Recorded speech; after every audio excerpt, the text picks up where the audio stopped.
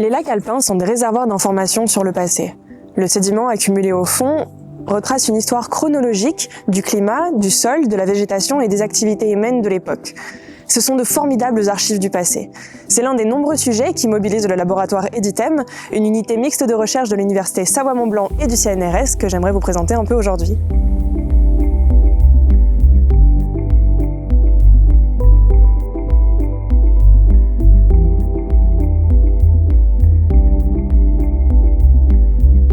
Alors, je suis Pierre Sabatier, je suis maître de conférence en géologie à l'université Savoie-Mont-Blanc, rattaché au laboratoire Editem.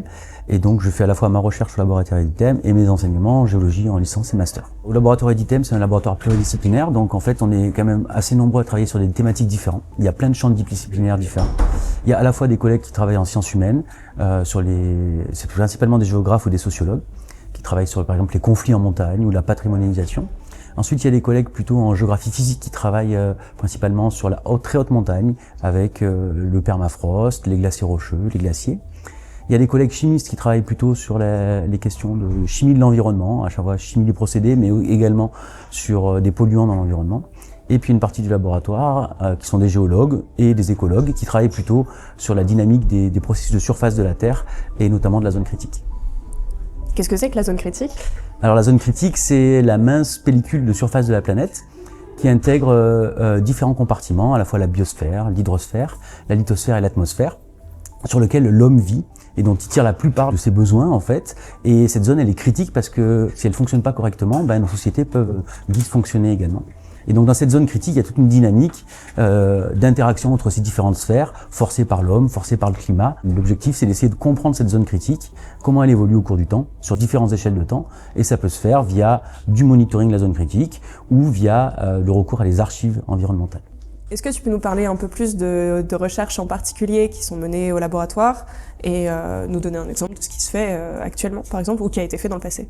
Oui, alors dans l'équipe zone critique, donc on travaille sur la zone critique, mais on travaille de deux aspects différents, à la fois sur les flux de matière et d'énergie entre les différents compartiments et au cours du temps.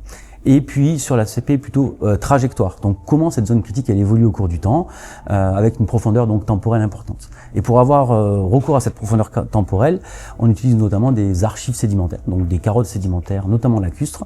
Et comme ça, on peut essayer de remonter à la fois la dynamique de cette zone critique, comment est-ce qu'elle évolue, et aussi au forçage qui impacte cette zone critique. Donc par exemple, dans le passé, dans le cadre de la thèse de Manon Bajard, on a beaucoup travaillé sur des lacs de différentes altitudes dans les Alpes, et essayer de comprendre comment évoluer les sols, qui sont un petit peu le cœur de la zone critique, dans lequel il y a plein d'interfaces qui interagissent, et essayer de voir ce sol, comment il se forme à la suite de la dernière période glaciaire, et comment il se transforme à travers les températures qui sont plus clémentes, à travers la végétation qui s'installe, et puis ensuite, comment est-ce qu'il est perturbé avec les activités humaines, telles que le pastoralisme, l'agriculture, par exemple. Et donc, dans ces reconstitutions de trajectoires d'évolution de la zone critique, on s'est beaucoup intéressé dans le passé à l'érosion physique, c'est-à-dire l'homme ou le climat va impacter le sol, la roche, et va créer de l'érosion. Cette érosion, elle va avoir un impact sur la zone critique, évidemment, puisque, par exemple, pour l'agriculteur, plus d'érosion, ça veut dire une perte de terroir. Et donc, c'est principalement ça sur lesquels on a travaillé dans le passé. Et l'arrivée de Mathieu avec son projet ERC a été d'essayer de prolonger ce travail qu'on a fait sur l'érosion physique, mais cette fois-ci sur ce qu'on appelle l'érosion chimique.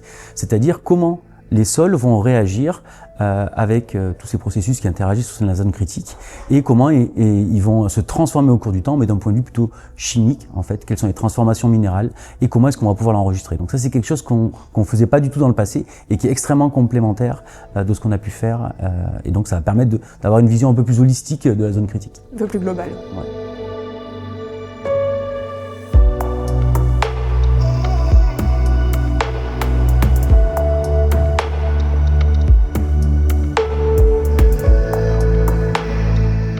Je suis Mathieu Délinger, chargé de recherche au CNRS, au laboratoire Editem depuis quelques années, depuis 2022. Donc c'est toi qui portes le projet Lake Switch. En quoi est-ce qu'il consiste? Comment est-ce qu'il est financé? Comment il est né? Donc le projet Lake Switch, c'est un projet qui a été financé par l'Union européenne, par le Conseil de recherche européen, ce qu'on appelle l'ERC. C'est un projet qui a été financé à hauteur de 1,5 million d'euros sur 5 ans. Donc c'est vraiment un gros projet qui a commencé en 2022 et qui doit s'achever en 2027. Donc moi, ma question principale de recherche, c'est de déterminer comment les processus d'altération des roches façonnent la zone critique. Donc l'altération chimique, c'est la transformation d'une roche non altérée sous l'action de l'eau et d'un acide, et ça va libérer des ions en solution, des ions dissous, et ça va aussi amener à la formation de minéraux secondaires d'altération, notamment les argiles, qui vont constituer le sol. Et donc c'est un processus fondamental, c'est à l'origine de la formation des sols. Ça va libérer les nutriments qui sont nécessaires à la croissance des écosystèmes. Ça va contrôler en partie la qualité de l'eau. Et aussi, c'est un processus qui influence le cycle du carbone sur différentes échelles de temps. Donc l'objectif de ce projet, c'est de reconstruire les variations des conditions d'altération des roches et de formation des sols dans les Alpes françaises au cours des 12 derniers 1000 ans, donc qui correspond à la période qu'on dit de l'Holocène, et en particulier de regarder quels sont les impacts des changements climatiques et des changements de pratiques humaines sur l'évolution des sols et de l'altération. Comment est-ce que vous comptez répondre à cette question ? Pour répondre à cette question, pour reconstruire les variations d'altération passées, on peut notamment regarder dans des carottes de lacs. En fait, les lacs vont enregistrer les produits de l'érosion et de l'altération des roches d'un bassin versant. Et donc ces sédiments vont se déposer en couches et former donc des dépôts sédimentaires. Et donc on peut remonter aux conditions d'érosion et d'altération dans le passé. Donc vous faites ça sur quel lac ? Ce projet, il va en gros essayer de développer des nouvelles méthodes sur 4 lacs en particulier. Des lacs de différentes tailles et différentes altitudes. Donc le plus gros d'entre eux, c'est le lac du Bourget. Il y a aussi le lac d'Aiguebelette. Ensuite, on a 2 lacs qui sont plus en altitude. Il y a le lac de la Tuile dans le massif des Bauges, qui est situé environ entre 800 et 1000 mètres d'altitude. Et enfin, le lac Robert, qui lui est situé dans le massif de Beldon et plutôt à 2000 mètres d'altitude. La deuxième originalité du projet, c'est, donc jusque-là, ce qui a été principalement fait, c'est de regarder donc les sédiments qui proviennent de l'érosion du bassin versant. Nous, ce qu'on va faire, c'est qu'en fait, on va regarder non pas l'érosion physique, mais l'érosion chimique. Et on va essayer de regarder en fait comment la composition de la phase dissoute a varié au cours du temps. Et pour ça, on va s'intéresser aux minéraux qui précipitent dans les lacs, comme par exemple le carbonate de calcium, la calcite, ou encore les tests de diatomée, qui sont constitués de silice biogène. Donc ce sont des minéraux qui vont se former dans le lac, et qui vont donc incorporer des éléments chimiques et des isotopes qui étaient présents dans la phase dissoute, dans l'eau, dans la structure des minéraux. Et donc, elles vont quelque part enregistrer la composition de l'eau au moment où ils se forment. Et donc ça, c'est une nouveauté principale, que ça veut dire que du coup, on va pouvoir vraiment tracer l'évolution de la composition de l'eau, qui, elle, est influencé par les processus d'altération et de formation de sol. Donc un atome, c'est constitué d'un noyau qui a des protons et des neutrons et avec des électrons qui gravitent autour. Et en fait, 2 isotopes, ils ont un même nombre de protons, mais ils ont un nombre de neutrons différents. Donc il s'agit du même élément, mais c'est des atomes qui ont des masses légèrement différentes. Et donc du fait de cette différence de masse très légère, ils vont se comporter différemment pendant l'altération. Et donc on va notamment avoir le lithium lourd, le lithium 7, qui va préférer rester en solution, alors que le lithium léger, le lithium 6, lui, va avoir plus d'affinité avec les argiles, et donc il va plutôt se retrouver dans les sols. Donc du fait de cette répartition différentielle, on va pouvoir vraiment très bien tracer la transformation de roches en sol. Donc tu dis qu'il y a 2 work packages qui sont basés un peu sur le présent, sur ce qu'on observe aujourd'hui, pour que la troisième partie puisse reconstituer ce qui se passait dans le passé, c'est ça ? Voilà. Donc en fait, il y a vraiment 3 volets, 3 work packages. Le premier, c'est l'étude des bassins versants, à l'actuel. L'étude du lien entre nos traceurs géochimiques, comme les isotopes du lithium, et les flux d'érosion chimique ou les conditions d'altération. Le deuxième, il est centré sur l'étude des lacs à l'actuel, pour savoir comment nos traceurs s'enregistrent dans les archives, dans les minéraux qui précipitent dans le lac à l'actuel. Nous faisons un suivi des paramètres physico-chimiques du lac et des sédiments qui se déposent dans le lac pour essayer de regarder comment nos traceurs géochimiques s'enregistrent dans les archives qui nous intéressent, le carbonate de calcium et la silice biogène.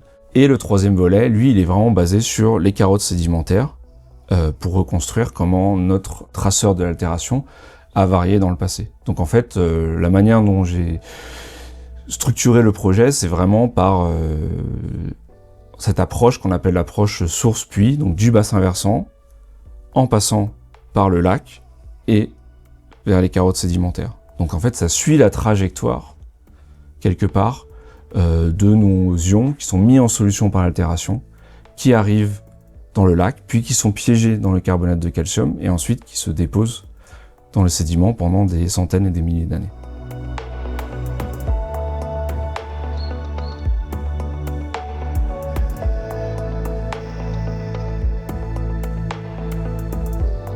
Il faut donc décortiquer un peu le travail à faire avant de tout comprendre de l'érosion du passé. Pour cela, il faut donc d'abord étudier comment ça fonctionne aujourd'hui dans le présent. So I am Akansha Praharaj. I am a PhD student in this project. I am actually now in my 4th year. And I'm working on lithium isotope and how we can apply it for understanding chemical weathering. Yes, I worked a lot in the lab. So I worked on different types of experiments. So I worked on natural environmental samples, and I also worked on some experimental samples in lab. On the natural sample side, I worked on river water. I analyzed the lithium isotope composition, the strontium isotope composition, and the trace element composition. And on the experimental side, I synthesized synthetic clay to understand how lithium is taken into the clay. For my project, the goal is to, the broad goal is to understand chemical weathering. And for understanding chemical weathering, we are trying to focus on the present of chemical weathering, what is the rate of chemical weathering right now in the modern environment, how it is affected by hydrology, like the water transfer time or how the water flows in a river basin, or what is the effect of erosion, soil erosion, what is the effect of vegetation on chemical weathering. So all these information that I'm trying to understand with mine. So in that aspect, what I do is I have some river basins for which I have collected samples, water and soil and sediment samples. And I analyze the lithium isotope composition and the strontium isotope composition of those natural samples to understand how it works in the modern environment. Why I use lithium isotope? Because lithium has two isotopes. One is a lighter isotope, one is a heavier isotope. And in chemical weathering, we have two important steps. So first one is primary mineral dissolution, in which rocks react with atmospheric carbon dioxide and water to form like dissolved elements, which works as nutrients in the system. So like the rocks form these dissolved nutrients, or like your elements like potassium, calcium, sodium, which goes into the plants or ecosystem, or like into the water, and they form like this, they serve as a nutrient. And second step of chemical weathering is secondary mineral precipitation, so in which usually clay minerals are precipitated. Clay is an important part of soil. So like soil has different component, but clay is something that also contributes to formation of soil along with organic matter and other stuff. During the first step, where primary minerals get dissolved, lithium does not fractionate. So like when we have the first step of chemical weathering, the lithium of the rock will be the same as that of after the first step, after the dissolution happens. But when soil formation happens, lithium takes the clays take the lighter lithium. So then the remaining water will be heavy in isotope, because you are removing the lighter one, so there is more heavy isotope in the water system. So because of that, it's a very good signature for understanding clay formation, and that can give you information about soil formation or soil degradation if you are working on like past something or even for present things. And in experimental side, what we are trying to do is so lithium is a good fingerprint for chemical weathering for secondary clay formation, but there is very few studies which actually quantify like when clay form, how much of the 6 lithium how much of the lighter lithium they take, what is the exact value. So there I am working on to make it more understanding or understand it better. Et donc l'intérêt de ce suivi, c'est qu'en fait, ce que l'on sait à partir des expériences de laboratoire, donc c'est-à-dire de précipitation de calcite en conditions contrôlées dans un bécher en laboratoire, c'est que ces paramètres-là que j'ai mentionnés, la température, le pH, la composition de l'eau, mais aussi la vitesse de précipitation de la calcite, sont des paramètres qui vont influencer sur la manière dont notre traceur est enregistré dans l'archive. Et un point important, c'est donc notamment aussi de reconstituer les vitesses de précipitation de cette calcite dans l'eau du lac. Et donc pour ça, on a besoin de collecter les sédiments, de mesurer la composition de l'eau, de connaître le pH. Voilà. Donc finalement, ce suivi il a permis de faire le lien entre le laboratoire, donc l'expérimental pur, et le milieu naturel. Voilà, tout à fait. On a vraiment pu comparer ce que l'on trouve dans le milieu naturel, c'est la même chose qu'au laboratoire, et la réponse c'est ça dépend. Voilà, il y a certains traceurs pour lesquels on voit qu'effectivement les expériences en laboratoire ont montré que la vitesse de précipitation de la calcite influençait les isotopes, et on a retrouvé la même chose dans nos suivis des lacs. Et par contre, pour certains autres traceurs, on n'a pas du tout retrouvé les mêmes relations en fait. Maintenant, on comprend mieux comment s'articulent les flux d'érosion et les enregistrements qu'on peut retrouver dans les carottes sédimentaires. On peut alors tenter de remonter le temps et utiliser les traces laissées dans les paysages et les sédiments pour reconstituer ces mêmes flux d'érosion dans le passé. William Rapuc, j'ai été postdoctorant dans le cadre de l'ERC Lake Switch de Mathieu Delinger pendant 3 ans au laboratoire Editem, où j'avais fait ma thèse initialement et où j'avais travaillé essentiellement sur les sédiments de lac et ce qu'on arrive à enregistrer du fonctionnement de l'environnement et de la zone critique autour du lac et dans son bassin versant au cours du temps. Une partie donc des résultats a déjà été publiée l'année dernière, donc en 2025 dans PNAS, dans les revues PNAS. Est-ce que tu peux nous parler un peu plus de cet article, sur quoi il portait, et de ses résultats, ses objectifs aussi?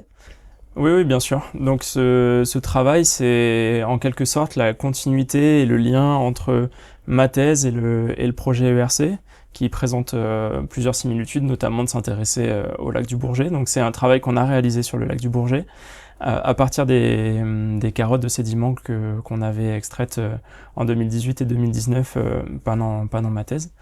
Je dis que c'est le lien parce que il fait suite à un premier article qu'on a publié dans Nature Communication en 2024 et où là on s'intéressait à essayer de quantifier l'impact des activités humaines et des fluctuations du climat sur les 10 000 dernières années sur l'érosion des sols dans les Alpes du Nord, dans les Alpes françaises du Nord, on va dire, en gros, dans le bassin versant du lac du Bourget qui s'étend de la vallée de Chambéry jusqu'au sommet du Mont Blanc.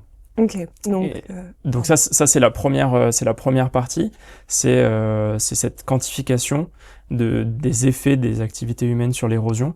Et dans le papier dont tu parles, dans PNAS, on est allé un peu plus loin. Et là, on a introduit l'utilisation des isotopes du lithium pour essayer de compléter les informations qu'on avait sur l'érosion des sols et d'aller jusqu'à essayer de comprendre quels avaient été les effets des activités humaines notamment sur l'évolution des sols. Non plus seulement leur érosion, mais la dynamique des sols au cours des 10 000 dernières années. Donc en fait, dans ce travail, ce qu'on a fait, c'est qu'on a utilisé les isotopes du néodyme et du strontium, essentiellement du néodyme, pour tracer l'origine des particules et du sédiment qui arrive et qui se dépose dans le lac. Donc on est allé dans le bassin versant, prélever des sédiments de rivière, pour pouvoir dire, OK, à telle période, le sédiment vient plutôt de telle zone ou plutôt de telle autre zone.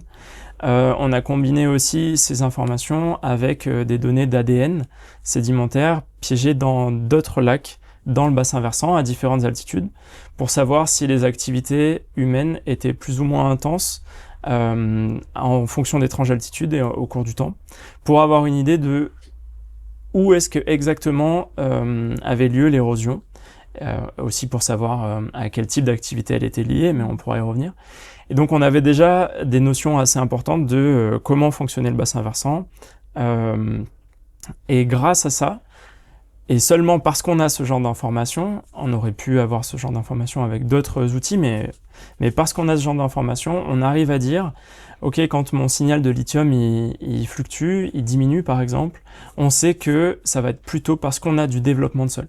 Et ensuite, donc quand on est plus négatif. Et quand on est un peu moins négatif, qu'on va vers des valeurs plus proches des valeurs positives, là on peut savoir si c'est lié à des phénomènes qui vont se passer dans le sol, ou si c'est parce qu'on a de l'érosion et de la dégradation des sols. Donc le lithium, dans ce cadre-là, il va pas nous servir de traçage de source. Ça, c'est parce qu'on a utilisé d'autres méthodes, notamment le néodyme.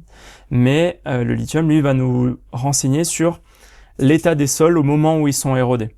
Savoir si notre sol, il est bien développé, avec épais, plusieurs horizons. Plus on a d'horizons et plus notre sol est développé, plus la signature isotopique du lithium dans le sol va être différente de celle de la roche-mère dont le sol, où le sol s'est développé. Donc effectivement, c'est plutôt simple sur les premiers 5000 ans. Voilà. Okay. Il y a peu d'érosion, le climat est stable, la végétation se développe et les sols se développent dans le bassin versant. Alors il faut imaginer que tous ne vont pas se développer au même rythme. Il y a une différence temporelle entre la partie basse du bassin versant. On peut imaginer que autour du lac, il y a 10 000 ans, les sols sont déjà bien développés parce que les glaciers se sont retirés il y a longtemps. Et le développement va se poursuivre avec l'altitude. Plus on va monter, plus il va être tardif. Donc il y a un découplage altitudinal, on va dire, de développement des sols. Mais globalement, partout dans le bassin versant, sur ces 5000 premières années, on va avoir le même phénomène, le même processus qui va s'appliquer au sol. Et à partir du moment où on met de l'humain dans l'équation et qu'on commence à avoir des activités humaines qui se développent dans le bassin versant, donc à partir de 3800 ans avant aujourd'hui, là, ça va être hétérogène dans le bassin versant. Il va y avoir des endroits qui vont être impactés par l'érosion, où le développement des sols va s'arrêter complètement, et des endroits non impactés où les sols vont pouvoir continuer à se développer. Et on va voir des pics dans notre signal isotopique du lithium qui vont nous indiquer des fortes dégradations de sol. On va ramener les sols à un état très proche de celui de la roche-mère dès 3800 ans avant l'actuel, ce qui est assez tôt. Et ça, d'abord, plutôt à haute altitude, donc au-delà de 2000 mètres, entre 2 et 3000 mètres, on va dire. Là où on va mettre en place des troupeaux et on va développer le pastoralisme. Et on verra ensuite que c'est d'autres zones dans le bassin versant qui vont être impactées. Est-ce que tu peux nous parler un peu du concept de la notion d'anthropocène ? Alors l'anthropocène, donc c'est cette période géologique qui a été proposée pour caractériser la période moderne en disant que les conditions de la Terre avaient changé suffisamment pour qu'on ne soit plus dans la période précédente qui était la période de l'Holocène et qu'on soit passé dans la période de l'Anthropocène, c'est-à-dire que la période pour laquelle l'action des activités humaines devient tellement importante que ça va modifier tout un tas de paramètres et de cycles, le climat, mais aussi les cycles géochimiques en général. Nous, dans cet article, on propose un terme donc on n'est pas les premiers à le proposer. On le réutilise, mais il a été proposé peut-être 3 fois dans la littérature avant nous. On a eu envie de parler d'anthropocène pédologique, d'anthropocène des sols. Donc effectivement, il y a un grand débat sur quand est-ce que commence vraiment l'impact des activités humaines? Où est-ce qu'il faut placer le début de l'Anthropocène? Faut-il juste placer l'Anthropocène quelque part? Il y a des scientifiques qui ont tranché pour l'instant en disant que non. Il y a des gens qui pensent que l'Anthropocène doit commencer au début des années 1950, pendant la grande accélération. Nous, clairement, ce qu'on voit, c'est que l'impact sur les sols, il arrive bien plus tôt que ça. On commence à avoir un impact qui est non négligeable. Si juste je parle en termes d'impact sur l'érosion, dès 3800 ans avant l'actuel, l'homme devient le facteur majeur de l'érosion des sols, donc dépasse largement le climat. Donc l'érosion liée à l'homme est 2 fois supérieure dès 3800 ans à ce qu'elle serait s'il y avait seulement le climat. Ok. Donc c'est à la fois l'intensité, mais aussi, comme j'expliquais, cette espèce de découplage. Donc on avait un fonctionnement dans tout le bassin versant qui était assez homogène avant l'homme. Tout ce qui se passait, tous les processus qui affectaient les sols, la dynamique des sols était la même dans tout le bassin versant, dans toutes les tranches d'altitude avant l'homme. Et dès qu'on rajoute les activités humaines, là, on commence à avoir un découplage. On va avoir des zones qui vont être dégradées, d'autres non. Ça va pas être les mêmes. Et donc, en fonction des tranches d'altitude, les sols dans le bassin versant ne vont plus évoluer de la même manière. Il va y avoir une évolution hétérogène. Et ça, c'est vraiment la marque aussi de nos activités. En arrivant à faire le pont entre l'eau des cours d'eau à l'actuel, l'eau du lac à l'actuel et la composition élémentaire et isotopique de la calcite à l'actuel, en comprenant tous les paramètres et les processus qui peuvent impacter les différences de signature entre ces 3 différents groupes.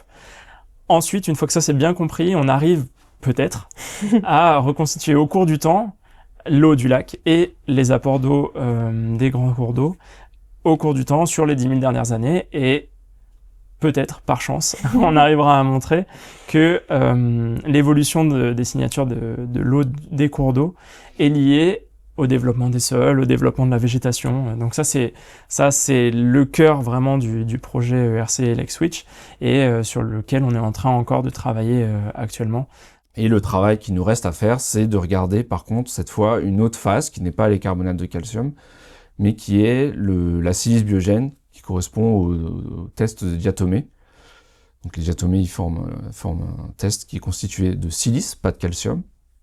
Et en fait, lorsqu'elles meurent, ces tests se déposent au fond dans les sédiments. Et pareil, on veut regarder si ces tests de diatomée, si cette silice biogène va enregistrer la composition de l'eau du lac. Et donc ça va être le travail de Gabriel Mosigno, qui va démarrer un post-doctorat au sein du projet à partir du mois d'avril. Est-ce que par la suite, l'idée, ça pourrait être de faire des projections, puisqu'on a reconstitué on sait à quoi ressemblent les flux d'érosion présents. L'idée, c'est de reconstituer à quoi ça ressemblait dans le passé. Est-ce que ça pourrait permettre de faire des projections sur à quoi vont ressembler ces flux dans le futur? Ça pourrait ou pas?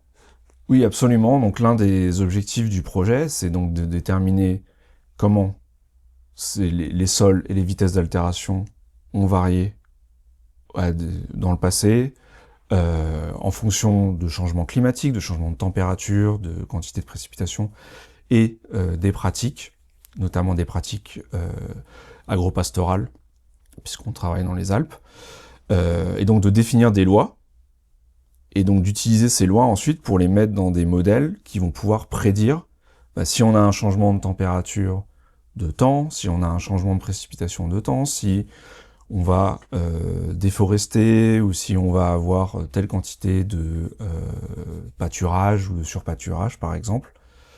Comment ça va se traduire en termes de...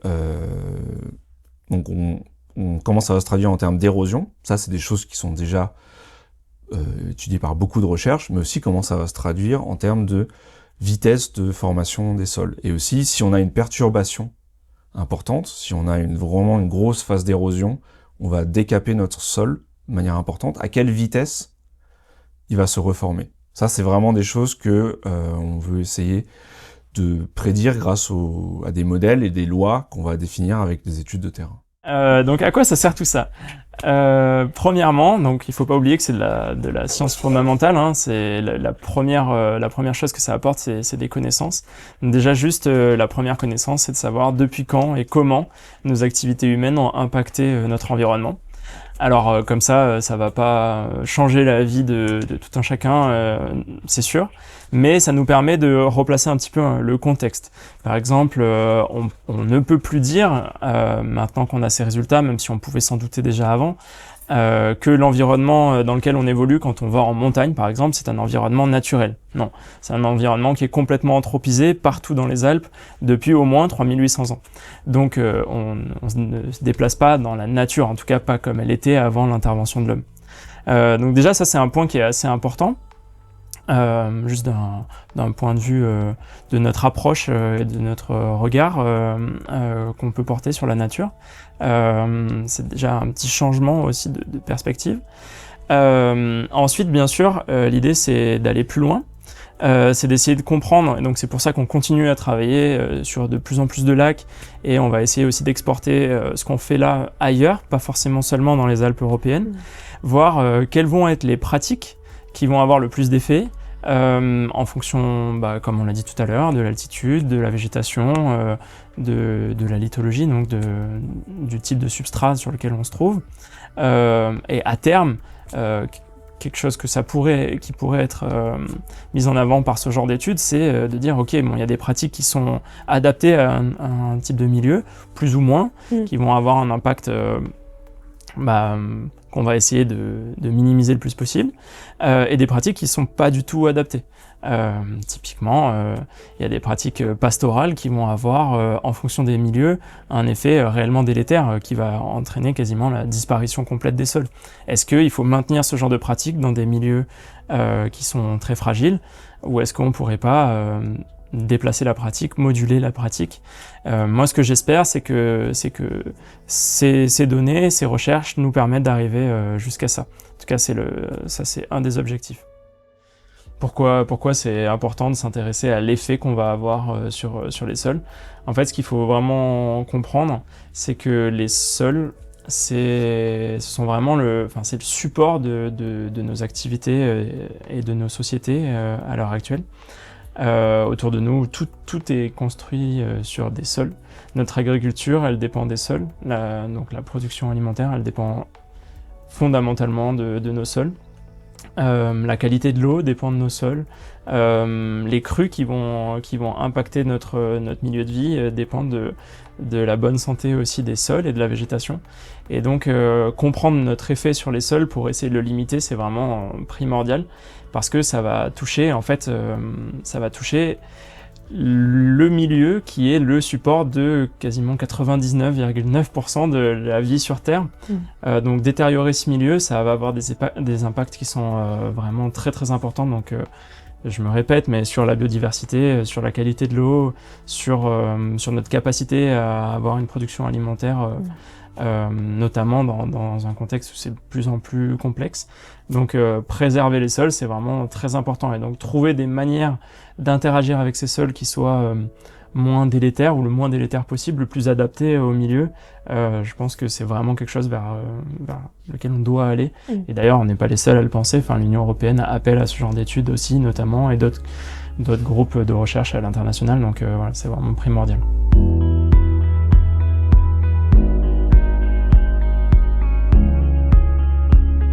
À la croisée de diverses disciplines que sont la géologie, la géochimie, mais aussi la géographie, l'écotoxicologie et la sociologie, les travaux menés à Editem convergent autour des territoires de montagne. En remontant les traces laissées par l'érosion dans les bassins versants aujourd'hui, le projet Lake Switch vise à étudier comment les Alpes du Nord ont réagi aux changements passés pour peut-être mieux anticiper ceux de demain.